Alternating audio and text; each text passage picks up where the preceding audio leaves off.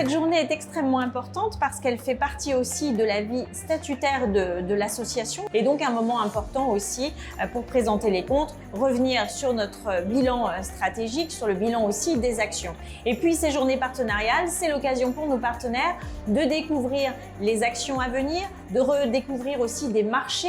Cela nous permet aussi, un peu comme en début de saison pour les hôteliers, les restaurateurs qui forment leur staff, de pouvoir prévoir aussi nos plannings, le potentiel de partenaires qui viendraient avec nous en mission, sans oublier l'intervention de Jérôme Coutou sur l'intelligence artificielle, les technologies immersives et toutes les questions que cela peut poser aujourd'hui dans le tourisme. C'est donc une journée extrêmement importante et dense pour nous et nos partenaires.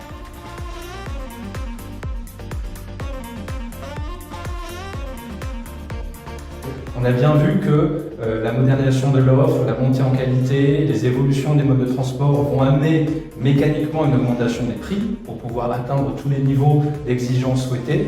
Mais le risque, c'est que derrière, le tourisme perde la promesse de vacances pour tous qu'il a eu historiquement. Et c'est vrai qu'en Nouvelle-Aquitaine, il y a aussi un héritage, je pense, de tourisme pour tous, de tourisme social. Et c'est souvent le parent pauvre de la réflexion touristique.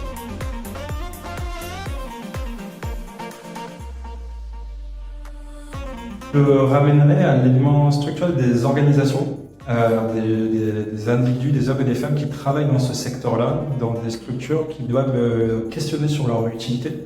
Tu as évoqué l'aspect financier, mais quelle utilité de ces structures-là sur la transition durable, comment intégrer cette transition technologique qu'on prend plein fouet dans le quotidien, dans le parcours client, mais aussi en tant que salarié.